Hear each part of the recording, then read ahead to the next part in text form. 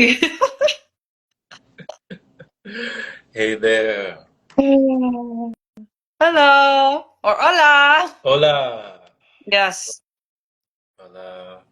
Entonces, Bendecido, bendecido nuevo día. sí, bendecido de nuevo día, gracias. Gran día.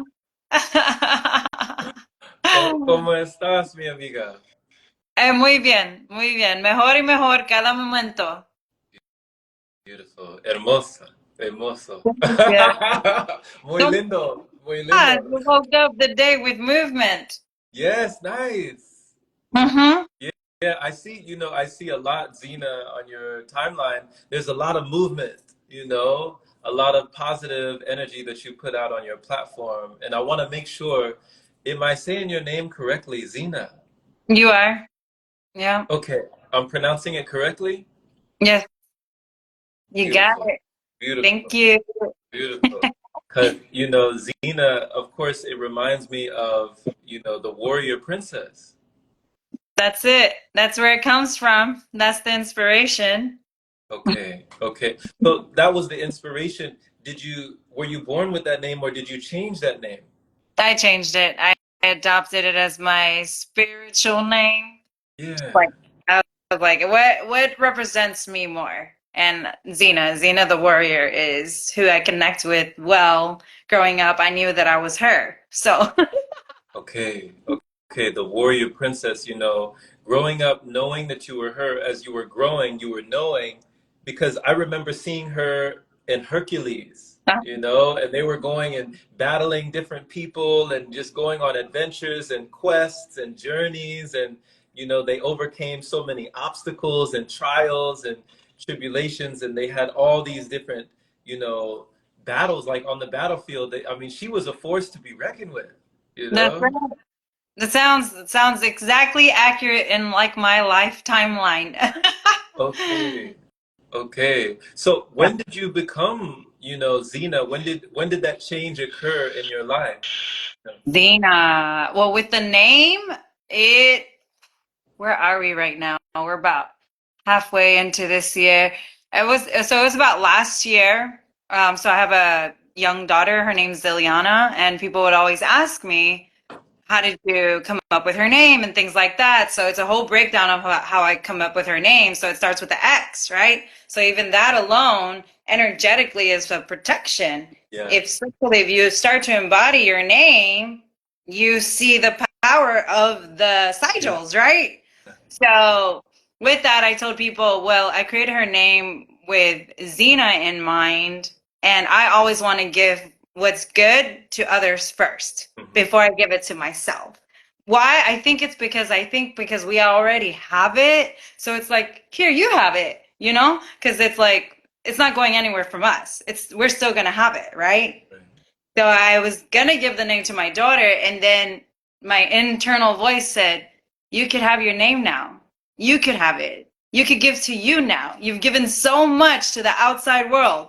And then I said, "Okay, I get it. I get the gift." Nice. All right, from now on, I'm Xena. So I switched it, and I Beautiful. started going by it. Yeah. Wow, that is powerful. When you're talking about, like you said, the sigils or the symbolism or just, the uniqueness of having that strong of a name, when you reclaimed your name and reframed, your brain and retrained, and, just kind of went into a new vibration, you know, how did that feel for you? How did that feel for you with that kind of like emancipation into that vibration? How did it feel? Well, I felt the receiving of the gifts that we give to others, finally giving back to myself as well, and really taking that on and continuing to know because of for many of us that are of service to others, again, we're frequently giving out and then we're having to go back and replenish our own energies, right? So recognizing it's like you get to give to you first and from that continue to give from that space and never over give too much so you're not drained. Okay. So in that I was able to incorporate like, okay, that's important because it's easy to give. Yes. Yes. It's true. It is easy. It is easy. And sometimes it's not so easy for us to receive. you know. Sometimes it is really easy to give and not to receive. So like filling our own cup, and having like self-love. I think that's a big thing today. Have you seen that a lot lately where people talk about self-love, self-care, and self-replenishing? Yeah, yeah, it's been big in the topics, but for many of us, we've been doing this for a while. Right, I right. started my self-love journey. Technically, it happened in 2017. Okay, okay. What was significant around 2017? Well, I stopped doing things that I knew I wasn't supposed to do. And so once I listened to my internal voice and took action on it, I didn't know I was on a self-love journey at all. It took me about maybe 2 years afterwards, after my process, basically an initiation, that I recognized. I said, oh, what I did then in 2017 has caused a ripple effect and technically moved me into a space of self love, because I decided to no longer be in relationships that I genuinely didn't want to be in. Mm. And that just doesn't coordinate. Yeah, yeah. That doesn't harmonize. Yeah, Yeah, yeah, it doesn't coordinate with yeah, with really loving yourself and being true to your heart and things like that. So I recognized that my self-love journey started in 2017 from one action that I took, which was not being in relationships that I genuinely knew I didn't want to be in. makes sense. Makes perfect sense. I definitely resonate. It was around that time as well that, I separated from one of my longest relationships. And that was, yeah, that was 2018, 2019. So that was around the same time. And 2017 was actually the year that I started meditating. That was when I discovered meditation Yeah. and started letting go of a lot of frustration with meditation. And when you talk about, Zena, the relationships that you were in that were no longer conducive, or were no longer, or, might have been in different, you know, instances where you feel like this is not really aligning, this is not divine timing. What were those relationships like? At that time that I said no Yeah. more, they're pretty somewhere like absolutely Okay. no. Like you have a man that comes in and he's like, I'm gonna take over, and I'm just in my head, I'm like, what are you talking about? Take over what? And no, you're not. You can't do that. Now, I didn't speak these words to him. I kind of just people say things and then I observe them Mhm. and then I just watch them because they think that they can do something, but you don't have the full authority or permission to do it. You can think all you want, but I'm not gonna let you take over anything. So it was kind of like that. And again, just shutting the door. So from then on, I became very strong about my relationships. Still had some hiccups in between throughout the years because love is so big and love is so welcoming that we put down the armor and then allows people in. But I now know today that I have to keep my armor up and strong to continue to defend myself from people that are potentially walking in with an Okay. illusion or not really Okay. showing their true selves up front, but they say the right words, they look the right way or whatever. And then down the line, a few months later, you recognize like, this is not the person I thought I was gonna like, this is not who I'm trying to dance Right. with right now. Right. This is You're not. dancing in a Yeah. different direction and we're not going in the same steps Yeah. anymore. Yeah, yeah. I mean, they do say it takes two to tango, but if you don't have Mhm. the right dance partner, you're like stepping on each other's toes. It's not a good picture. So, no, that's wisdom. It sounds like you have a lot of wisdom coming from your own experience where you had to establish and create boundaries, healthy boundaries. And I mean, even famous people like Brene Brown, she's wrote so many books, Brene Brown, on like compassion and imperfection and boundaries. She said that creating boundaries is actually one of the most compassionate things that we can do. Like it shows that we respect ourselves and also we respect the other person for creating that boundary, So I think that's wisdom. Yeah, that's strong. That is very much a strong set of armor to have in place. Yeah. Mhm. And And Xena, you know, she always had that armor. That's You right. know, Xena had that armor on for sure. So, you know, when you're talking about this relationship, was it? It sounds like it was controlling, or there was like a domineering, or you know, sort of a factor of like I'm gonna control you, or your mind is. Was it kind of that dynamic? Yeah. Yeah, yeah. Okay. But it was such I mean it was pretty like what they said. I just don't care to repeat the sequences that happened, but basically um I was just talking about it recently. Is like they didn't like the confidence that I have. So the way I can come to you and be like, "Hey, what's up?" And then like that brightness, that brilliancy. Because to be able to have voice and to be bright, you have to have that natural confidence, right? Mhm. Yeah, and just even speaking. Right. So rather, not maybe not submissive, or because submissive is just like, yeah, do whatever you want or whatever, right? Something like that. I Yeah. didn't know that. So yeah, I see what I think that's what. I see what you mean. So when it comes to your throat chakra, because it's activated, you know, your throat chakra is activated. Like you speak your truth, you shine your light. You're so bright, you know, with that energy. Has it always been that way? And has there been times in your life where that was intimidating, or the light that you shine was blinding to certain people? Yeah, pretty frequently. So technically, most of the time, I've always been on. But if I can go all the way back from when I was little, I was on.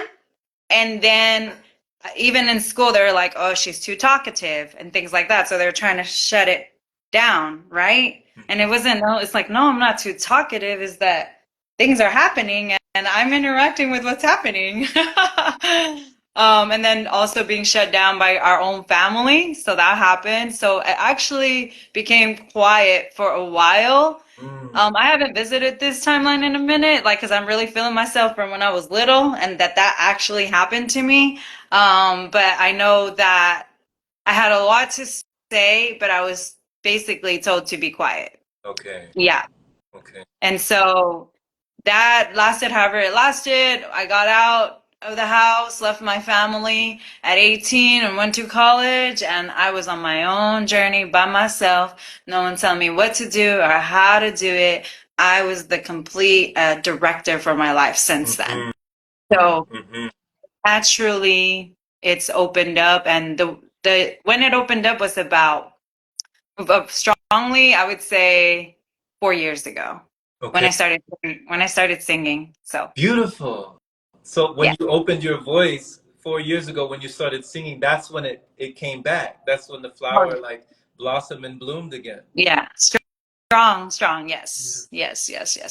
And it was a prayer. It was a prayer. It's because I saw the young children. I was in the church at the time, so I saw the young ones. They were happy, singing and dancing. I was pregnant. I was sad. I didn't know what life was going on with my life, but I was there and I saw them. And my prayer was, I want what they have. Mm. And I left it there, and it became. Wow. Wow. That is so strong. Like that is so powerful just to be able to witness something or someone to be inspired and to rise even higher by being inspired, to have that burning fire and desire within you, you know? Yeah. And I resonate with you a lot, Zena, because you know you're taking me down memory lane when it comes to all the energy that I used to have in my youth growing up, in my childhood, my adolescence, like so much vitality, so much enthusiasm, just so much energy. And for Yeah. some people, you know, they had a word for it. They called it ADHD, and they said that, oh, well, you know, you have so much energy, you're hyperactive, you know, this is a disorder because you're not going to be able to focus like those other kids. And then I was wishing that I could focus like those other kids, and wishing I could concentrate like those other kids. And, you know, I also went through a period where I just quiet down and I dimmed my own light and I didn't shine bright for a long time. So it was actually getting around certain individuals that they pulled me out Yeah. of that wavelength. And I actually have a lot of my friends to thank for getting me out of that shyness that now I can be more vocal today. So thank you for reminding me of that. Exactly. That's great. Yeah. That's Yeah. great. And another one that helped me activate too before the singing was I had an opportunity, or I signed up to do an internship at Walt Disney World when I was in college. And they put me in a position where I had to be the Okay. director. And I was like, oh, they're like, you're doing the scripts. And I said, oh, okay. And basically, they're letting me know I'm in charge. Mm. I didn't know. I just knew I was there to help. I'll do my part. You give me my role, I'll do my part. So I started creating the scripts. And then, if you don't like the scripts, you can change it. Just speak in a magical way. That's all that mattered. Just don't talk normal. Like, I'm not going to say, hey, everybody get in line. We're not going to do that. We're going to say, hey, let's make room for Mickey Mouse. He's about to come over here and we can start singing, dancing, and playing, of such. Got you. So it was that I would look back and I say, oh, I'm here to speak to people in groups. I see now. Yeah. Wow. And this was at Disney World? Mm-hmm. Okay. So working at Disney World, so you feel like this really prepared you for a lot of the things that you do today, working in that environment? Oh, absolutely. 1000%. Everything we've done, anyone, this message is for everyone and anyone. Everything you ever did in the past has prepared us for this day. And if you're not utilizing the skills, the talent, the knowledge, the wisdom, this is an opportunity, an initiation to remember who you are, who you've always been, what you already did to be here today, and what you want to do in the future is activate your gifts, the opportunities that you already went through, Yeah, to be who we are today and what we're ushering in our world. absolutely. Absolutely. That's awesome. You're the first person that I've talked to that has worked in an environment like that has talked about, that experience because one of the things that I do enjoy about Disney and when I was coming up going to places like Disneyland or Disney World or different amusement parks was just the emphasis on imagination, you know? Like use your imagination, create magic with your imagination, and Yeah. just be able to dream beyond your wildest beliefs, like beyond what you think is possible, beyond what you believe to be true, beyond what you think you can do. Just believe. So I guess what was one of the things that I guess you would see in that environment that maybe a lot of people don't really know, behind the scenes, if you were behind the scenes in Disneyland or Disney World, what would you say that most people don't realize that goes on? um, all of the preparation.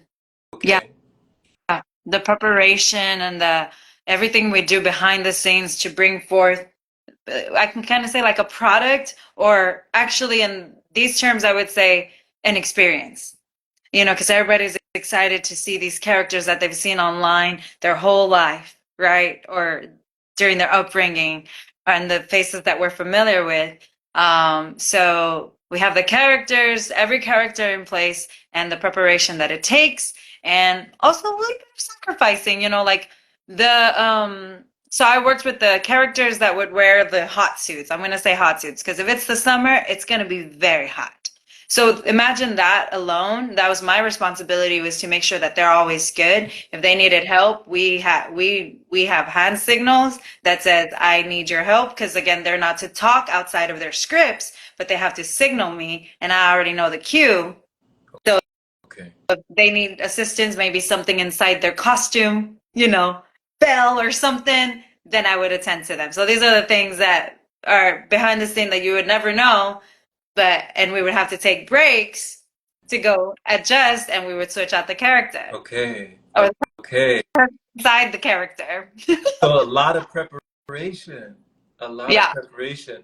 So, when you have hand signals and you have different ways of like informing each other, like, hey, I need assistance, I need help. What was one of the, during your time there, what was one of the maybe worst case scenarios that you ran into, or just a very challenging situation that you had to deal with? I can't remember anything challenging because it was pretty easy enough. Again, it would be like a malfunction in the suit, Yeah. Easy fix. We would just switch out the character, and I didn't take any part in doing the adjustments unless they needed me. It was rather than just taking them, cueing the people Hmm. that, hey, we're gonna take a break, create a story Hmm. about this break, and then I would cue them, and I would take care of the character, take them to the back, switch them out, and bring the other one over. So really, there was no strong challenge, and they would take care of themselves. Again, we have a whole team behind the Yeah. back to assist with the switch outs and stuff like that. And The challenging things that I saw were more of the people and the experiences that they were like actually heartbreaking, and how I would see people treat their own family. whoa, That what do you mean? uh, do you want to hear one story? Okay. It's deep. Okay. Okay. Yeah, Like, yeah. and because I've never seen anything like this, but I'll never forget this one. Like, this one's still in my memory. Um, I was walking around, again, my responsibility is to keep the space clear for all the walkways and all of them, even not just the one designated to my area. I had to make sure all walkways were always clear.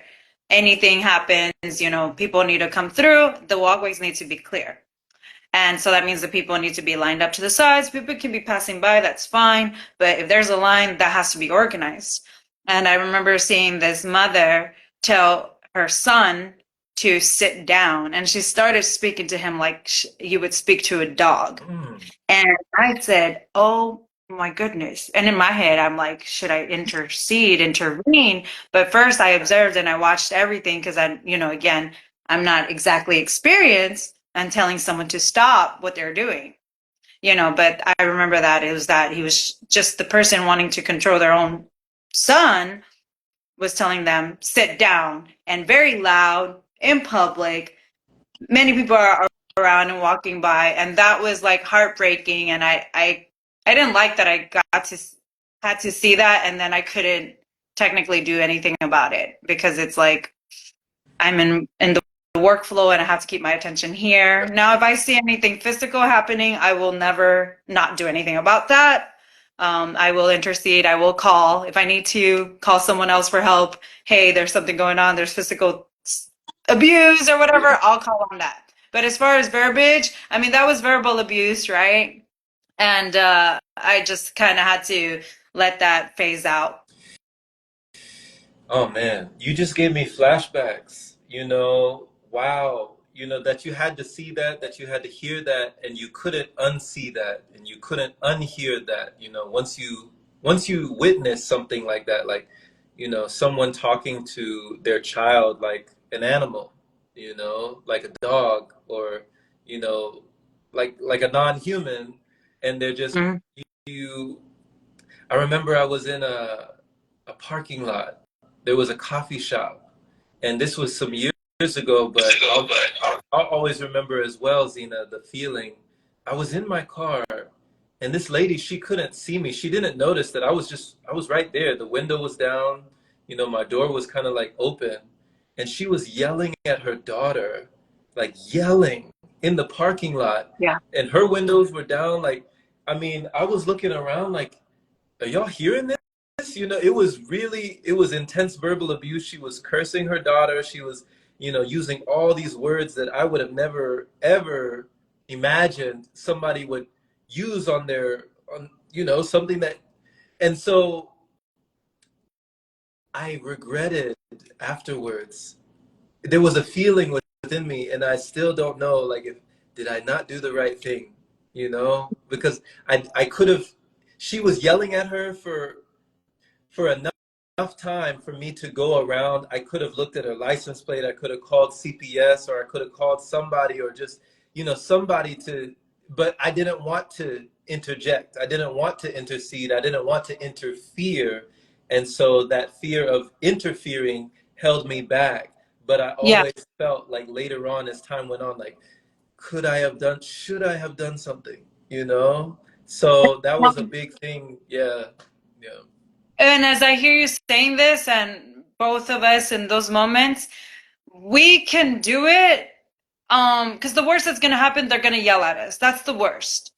But we could also become experts at interrupting the patterns and breaking. So, for example, as professionals, I can say, "Hey," you can just say, "Hey, how are you doing?" or we use a language that maybe doesn't trigger emotions, but just say, "Hey, I'm here. I'm here. Like I'm witnessing. I'm watching." Now we don't have to say all that, but we could just say, "Hey," like, "Ow," Mhm. bring up some light energy, and it will definitely interrupt and it will change the trajectory. I know we can do it. And maybe this is coming in our future, the reason why we're even speaking about it, and I'm saying what I'm saying because I don't believe in really sitting back. Like I know people say don't do this, but again, that's people saying that. What do I say? I say interject, intercede. I do have some training in form of prayer of interceding. We call it prayer intercession. We're praying and we're bringing up our voice for those that don't use their voice. Mhm. So in that same way, we can activate our voice in the moment that something's happening. You're there, so you're in the car and you just roll down your window and just say, "Hi." Like you find a keyword, you find some words that hopefully won't trigger more emotion, but you will interrupt them and it will change the trajectory of the speed that they're moving in because they need a pattern breaking. And that kid cannot break that pattern because they're under the lock. Right, right. And being a kid, you empathize, and also having Ileana, you would know as well, like you have that dynamic of having your own daughter to see that situation with a different lens, like new eyes, Yeah. I'm sure that it's different for you than someone who doesn't have children. Like I myself, I don't have any children. Yeah. Yeah, definitely the sympathy is stronger. And it actually it nearly makes me want to cry in the moment because I'm like, if you only knew what you have in front of you, you wouldn't talk the way that you're talking. But you don't know what you have in front of you, therefore you're doing it because nothing has been taken from you and you're taking this for granted. That they say that I think those are the words, right? It's like, what is person's thought process when they're acting in these ways? Because you don't have someone coming around taking your child from you or protecting them, you know, Yeah, in any sort of, it could be family, it could be the government. yeah, So yeah. they Wow. don't recognize their treasure. Exactly. So thank you for that point. Thank you for just bringing that perspective, that we don't always hear, and just talking about these things that we fear. Should we intercede? Should we interfere with the situation? And also, as you're talking, I noticed that you're very expressive with your body. I noticed, like, of course, you exercise a lot, you move a lot, you dance a lot, but you're very expressive with your body, and they say that body language makes up way more percentage of what we say than actually our vocal tonality, our words, and everything. It starts with the body. So were there certain things that you learned in these environments, or has that always been like that throughout your childhood, that you just were that expressive? Yes, my body. Yep. People always tell my friends in my hometown, they would say, "You speak with your hands." And I was like, "Well, what?" In my head, I was like, "What do you mean? This is the only way I know how to do. Like, what do you mean?" Like in my head, they're telling me I'm doing something, but I'm not doing anything. I'm speaking and my body's Right, moving. right. That's all, because I learned it's of course it's better to use the body language because sometimes the words don't get the point across. And I was in places where I had to start yelling at the family because when I was just like normal tone, no body language, they wouldn't get my point. So then when I activate and I'm like, "Hey," or "That's not right," or da da da da, and then they would like pay more attention. Okay. So I was like, okay, yeah, Nice, nice. So you adapted, you adjusted. yeah, yeah, exactly. So it was something. There was reasons why it was activated, and I saw that there was a benefit in it. Now it was a natural occurrence. Yeah, adaptation. That's interesting. Mhm. Yeah. Yeah. Hmm. Yeah. Beautiful. I love like learning about natural occurrences within us, the things that happen within you and the things that allow us to continue to trust ourselves and even adjust ourselves when we're in different circumstances, different environments around different people.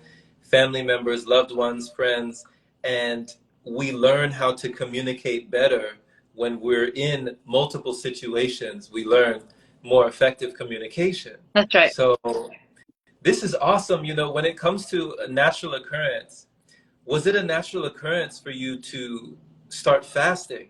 You know, when you're working with your body in letting go of something that so many of us have in abundance, you know, or a lot of people take for granted, just the daily consumption. Was it natural for you to let that go? Because, I mean, the way you fast is amazing. You know, like when we were in the group together, that fasting group before the Life app kind of discontinued and they're doing something else right now. I would That's just right. see on the timeline, I would just see Xena just completed a 16-hour, Xena just completed 32 hours, Xena just completed 18 hours. I'm like, what? This lady is going, you know? So when did that start? That started, I want to say that, okay, 4 years ago. And it was an initiation. It basically was an influence of others. So I was in the group of the church, and being that we're doing biblical teachings and followings, it started there. So the seed started there, but the initiation was within the self. Okay. The pastor can tell everybody to fast. That doesn't mean everybody's going to fast. So it was just my own soul yearning to know, like, and wanting to take the challenge. I was like, dang, I don't know if I could do that, you know? I was like, not eat food? Oh no. I was thinking like that initially, but because of the love I have and the love that was there, I was encouraged to go forth. And the pastor would also do check-ins. He's like, let's see who fasted, like things like that. So I wanted to show up and show out, and for myself, that I completed something. And so it was taking on the challenge. So when I started there, naturally I just started doing it once a week. Yeah.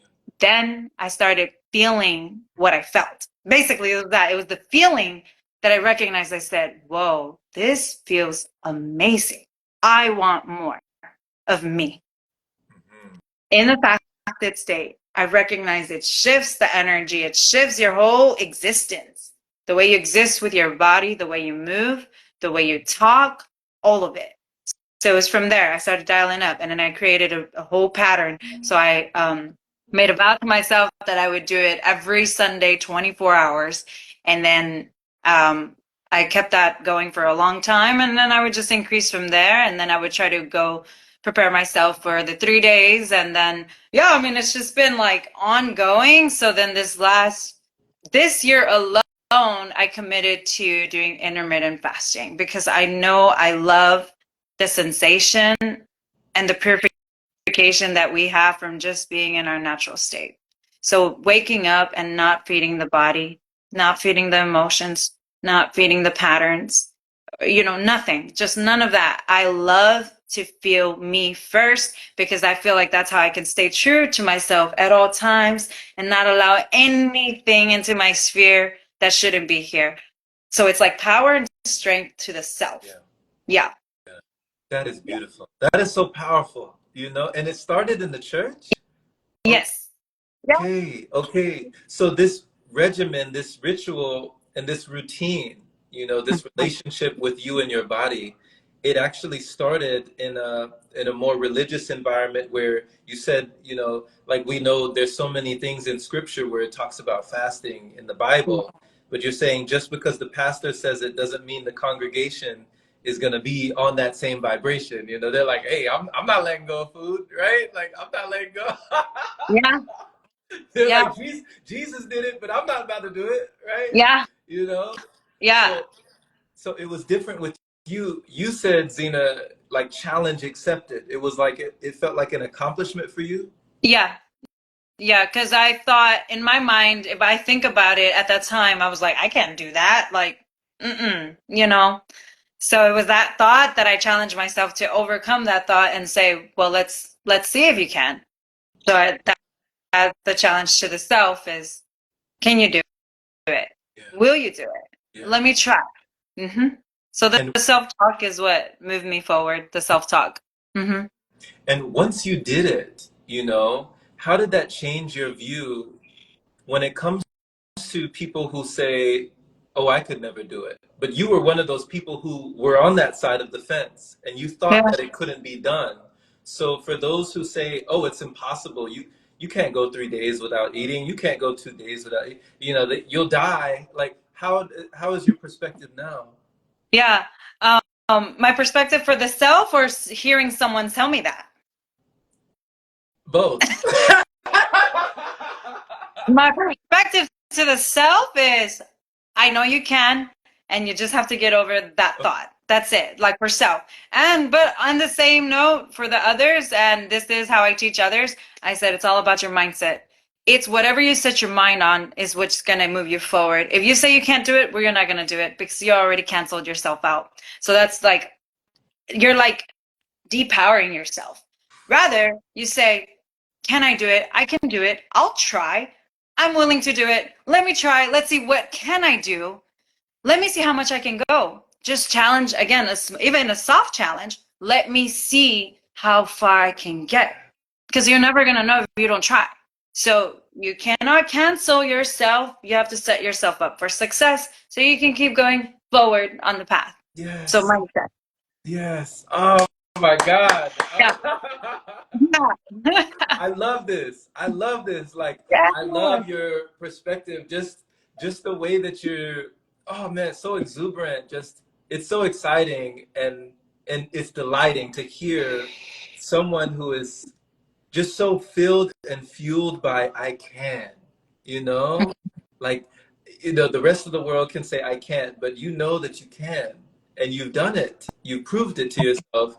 And if somebody says they can't do it, then you're like, oh, you've given yourself your own kryptonite. You've already depowered your own power, you know? Yeah, like, oh my gosh. Big. That's so big. I teach my mom often. I teach her this. I said, Mom, you just said you can't. Hmm. Guess what? You're not going to be able to now just because you said the words. You commanded yourself. That's a command. So we need to switch our commands.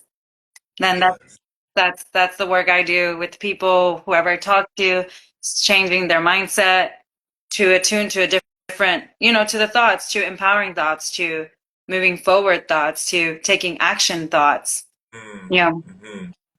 Action thoughts. I love that, So when it comes to changing commands, like they say that I can is even better than IQ, you know? Oh, Like, oh. yeah, like you can have a high IQ, but you have a low I can. What do Oh, you do? oh, You got a high IQ, but your I can is down there, right? yeah. So we got to lift up, we got to raise the I can, and once you lift, then you shift, because now you have the gift, There you right? go. Lift, shift, and you Yeah, get the gift. yeah. Yeah. So when it comes to changing your commands, it sounds like that became one of Zena's commandments, to fast on Sundays. You said you made it a like something that you committed to, a commitment to Sundays every Sunday. And then just from that one day, just fasting on Sunday, you said you started to slowly extend. Yeah. Absolutely. Okay.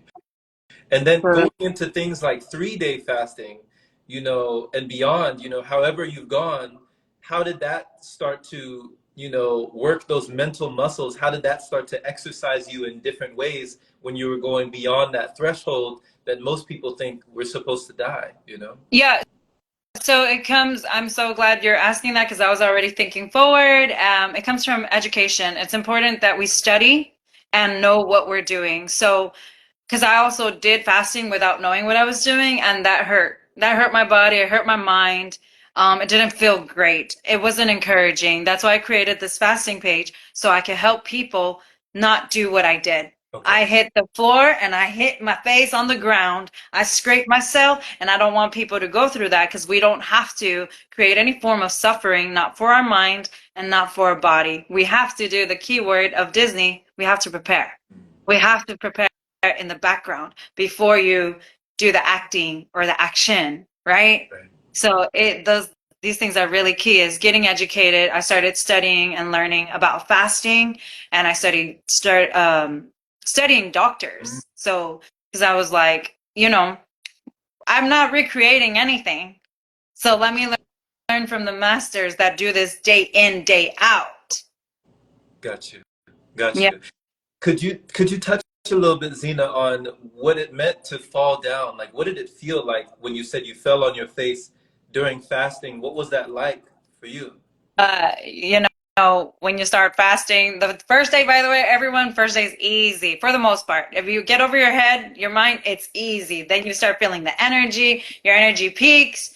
You might feel something at night, go over to the next day, but the second day is also somewhat easy.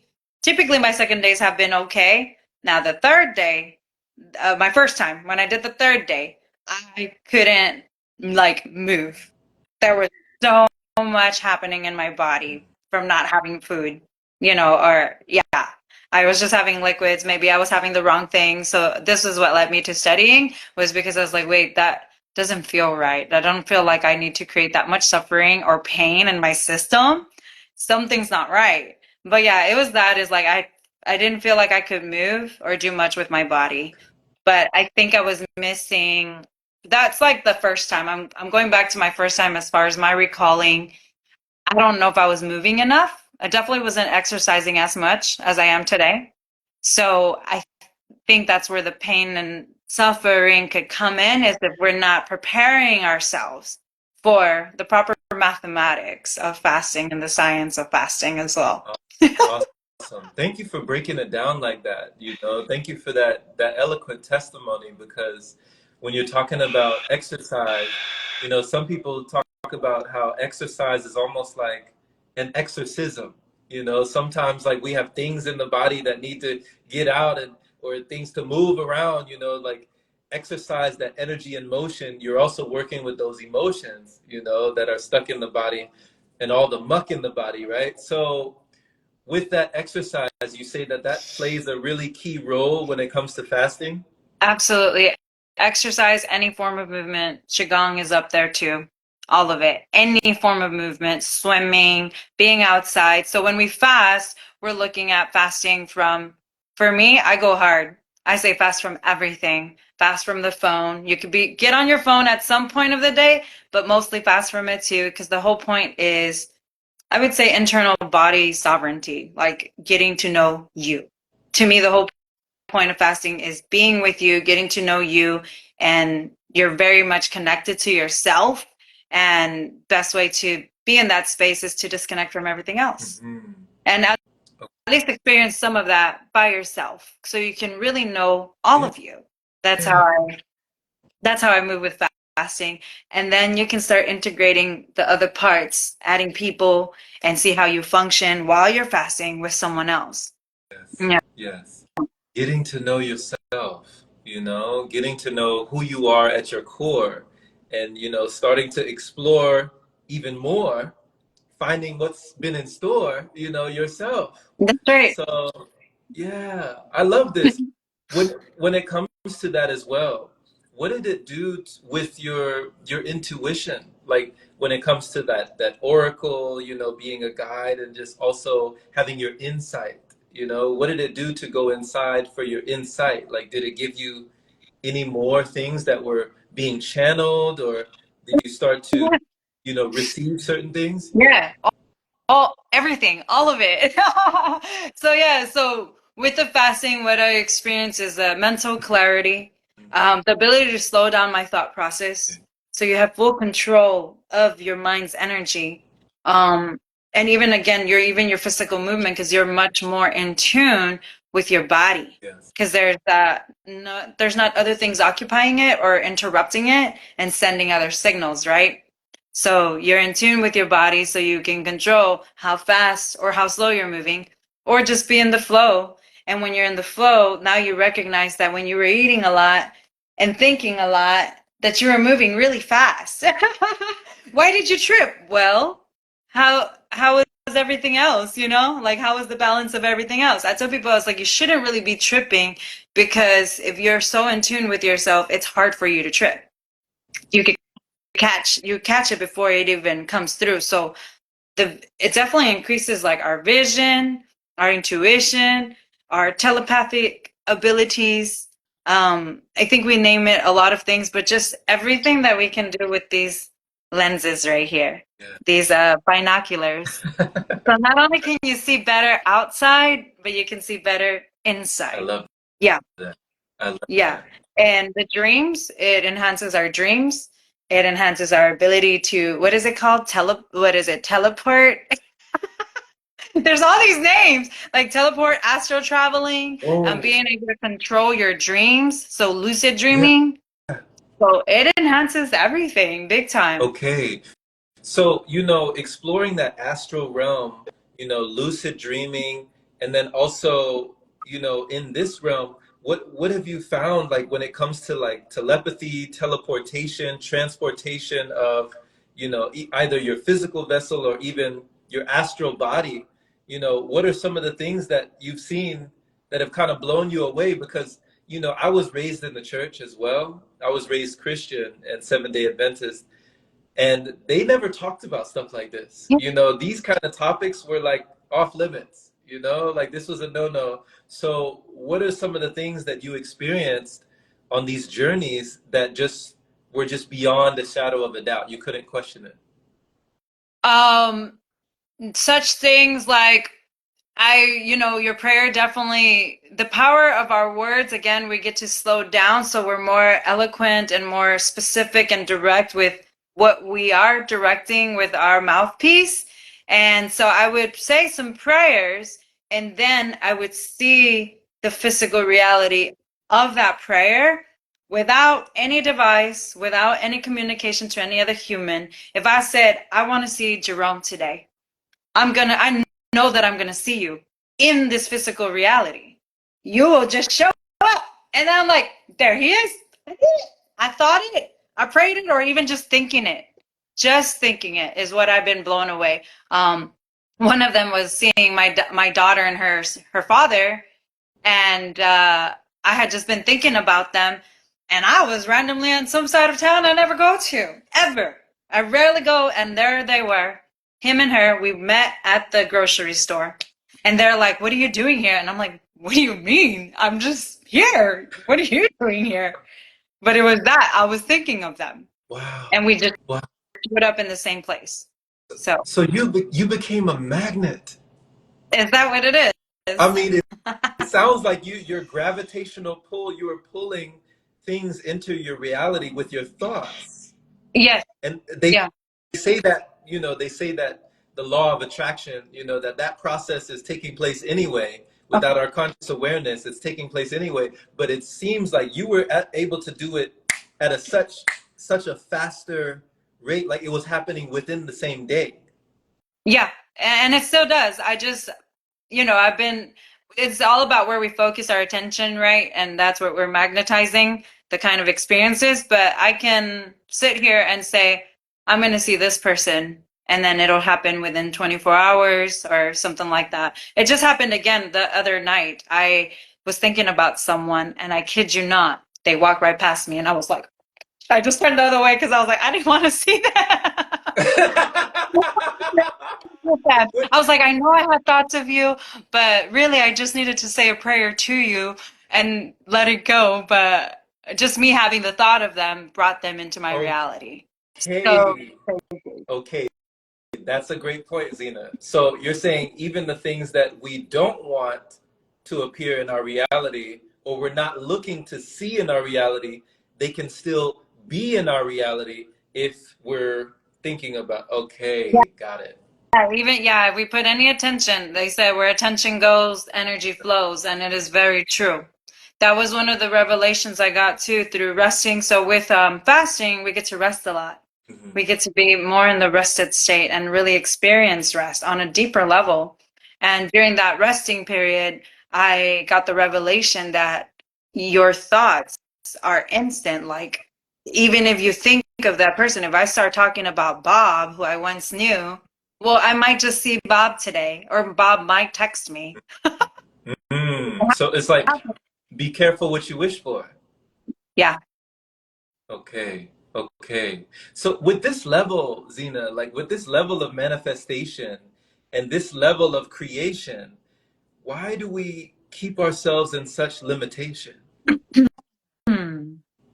I think it would be a matter of just training ourselves for advancement and to really go to the next level of whatever it is that we know that we see ourselves doing and things like that. Because that's where, as we're speaking about this, that's where I am at today. I'm no longer working with the limitations. And even if the thought comes, I'm with me practicing fasting, it helps me to snap them right like pretty quickly, and say, all right, don't focus there.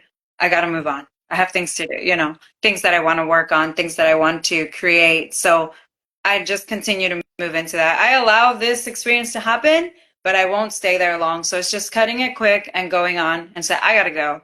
It's good to see you guys in spirit form, but I'm going that way. So yeah, it's just having that momentum and taking full action into that which we desire to see ourselves move forward in, and elevation. And for me, it's like I gotta train my dragon. It's a movie, Yeah, right? I haven't seen it, but I like what it says. Train your dragon. I know what it means. So I've been saying that lately is like we gotta train our dragon. And if you have someone that you're training, well, that's your mini dragon, and then you have your dragon first. You have to train your dragon in order to train another dragon. that. I love that. Yes, it makes total sense, training the dragon, training the Yeah. dragon. I like that. I like Should we that. talk about what the Go, dragon is? go ahead. What do Go you ahead. think? I think to me, when I said, because I asked myself, I said, wait a minute, what is our dragon anyways? I said, it's our internal energy, like just the flow of our energies that merge. And I know they talk about the serpent, the kundalini, but I feel like those are all these other things that a 5-year-old might not know what that is. So if you can't tell it to a 5-year-old, I'm going to say, we need to sync up the energy in your body. So if you start dancing, you feel, if you start dancing chaotic, you're going to feel a lot of chaotic energy. And then to bring it in, you got to start like warping it and centering it and go, and then you're going to feel the activation of your two hemispheres come together. Mhm. So that to me, the dragon is just training our energies of our physical body. Right, right. So balance, becoming more in harmony, like bringing things in, training the dragon, bringing the bodies, into oneness. Oneness. Like it's almost like you don't want to be static, but you also don't want to be erratic. You don't want to be frantic, right? So you're intentional about your direction, and you have your own course correction when it comes to that. I love that. They do say what we focus on the longest grows the strongest. Yeah. That's So exactly it. it makes sense. And as well, Zena, you mentioned, I love the way that you describe fasting as a practice. Like this is when I practice fasting, whenever I'm practicing fasting, like I'm practicing this, I'm practicing that. It's a practice. And that kind of takes a lot of the pressure off of us, Yeah. off of our perception when we call it a practice, because we know that it's something that we can get better at through time, throughout life. It's not something that we'll achieve this great mastery over, but we're always practicing, Yeah. we're practicing. So when it comes to that practice, before we go, I'd love to hear if there was somebody that is hearing your story, they're very inspired by you, Zena, and they want to know, I want to embark on a fasting journey. I want to do a fast. I've never even done one day. How do I do 3 days? How do I start? What would be the steps you would tell somebody to embark on a journey like this? Yeah, and I would need to ask them questions to see where they're at first, right? To see where they're at with their eating habits is the first things first. I check in, and then I also check their mind space.